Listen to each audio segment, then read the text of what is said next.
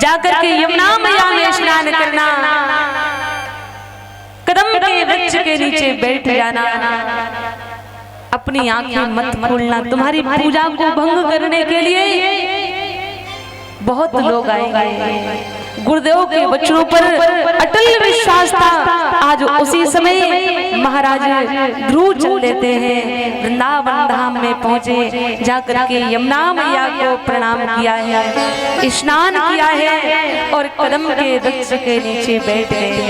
आए हम अपनी पावन भूमि श्री वृंदावन धाम में बैठ करके अपने बिहारी जी से, अपने वृंदावन बिहारी लाल से प्रार्थना करें कि हे बिहारी जी ऐसी कृपा कर देना कि जब यहाँ से जाऊँ ना तो बार बार वृंदावन बुला लेना, बार बार वृंदावन आने का मुझे शुभ अवसर देना। आए सभी लोग प्रार्थना करें। जल्दी जल्दी वृंदावन हमको बुलाना, जल्दी जल्दी वृंदावन हमको बुलाना, बाके बिहारी हमें भूले ना जाना, बाके बिहारी हमें भूल न जाना, बाके बिहारी हमें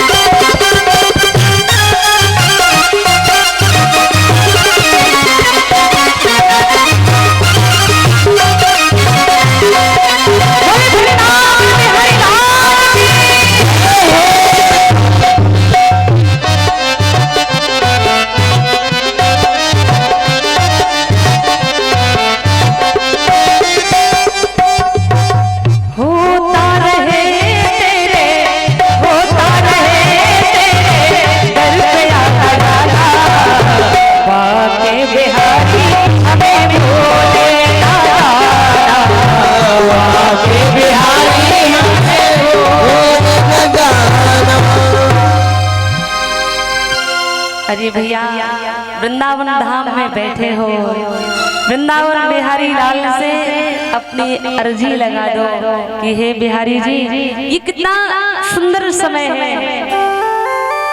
एक कल्पना कीजिएगा, मन विचार करिएगा, श्रीधाम वृंदावन धाम में बैठे हो, यमुना जी का सुंदर सा किनारा है, श्री भागवत जी भी यहाँ पे विराजमान है, हमारे ठाकुर जी की असीम कृपा हमारे श्रीधाम वृंदावन धाम में है।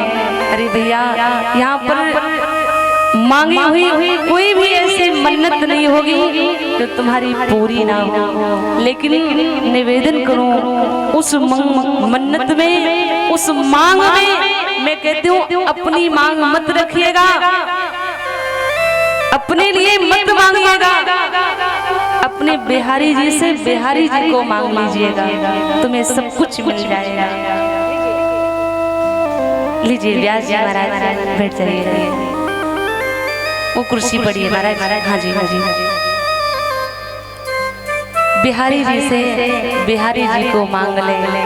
हम लोग रोज मंदिर जाते हैं ना भैया, तो संसार की वस्तुएं तो हम बहुत मांगते हैं, लेकिन कभी क्या हमने बिहारी जी से बिहारी जी को मांगा? भगवान से कभी भगवान को हम नहीं मांगते हैं। एक दिन तो भगवान भी मुस्कुरा के बोले, बोले भैया जब होता है तो अपने ही लिए मांगता है, कभी मुझे भी मांग लिया कर। भगवान ने क्या कहा? बोले कभी मुझे भी मांग लिया कर। भगवान के सामने जब खड़े हो तो भगवान से कहो कि हे प्रभु, मेरा इतना सुंदर भाव तो नहीं है, लेकिन कुभाव में भी भाव भरने वाले हो ना आप, तो वो आप हो गिरधर लाल। अगर आपने मेरे कुभाव में भी भाव भर दिया ना, तो मेरा जीवन सुधर जाएगा। लाखों करोड़ों की भीड़ लगी हमारे वृंदावन धाम में, लेकिन भैया ऐसे भक्त बन जाइए, बिहारी जी तुम्हारा इंतजार करें। हमारे बिहारी जी ना खड़े रहते हैं। एक दिन एक पुजारी ने कहा, बोले बिहारी जी एक बात बताइए, लाखों करोड़ों की भीड़ होती है, खड़े रहते हो दिन रात, कभी थकान नहीं होती क्या? हमारे बिहारी जी मुस्कुरा के जवाब दिए, बोले अरे भैया, इस दुनिया के जो भक्त आते हैं ना, जो मुझे देख करके अपनी थकान दूर करते हैं, भगवान क्या बोले? बोले दुनिया के लोग आते हैं मुझे देख के अपनी थकान दूर करते हैं, लेकिन उन करोड़ों भक्तों में एक दो भक्त ऐसे भी आते हैं जिनको देखकर मेरी थकान दूर हो जाती है। ऐसे भक्त बन जाइए। और ऐसा संभव कब है? हम लोग भगवान से कहते तो हैं तन मन धन सब तेरा, प्रभु क्या लागे मेरा, लेकिन हम लोग कहते हैं तन मन धन सब तेरा, क्या लागे तेरा, प्रभु पड़ोसी का भी दे दे मुझे तो क्या छूट जाएगा तेरा। जब ऐसी भावना होगी तो क्या भगवान मिलेंगे?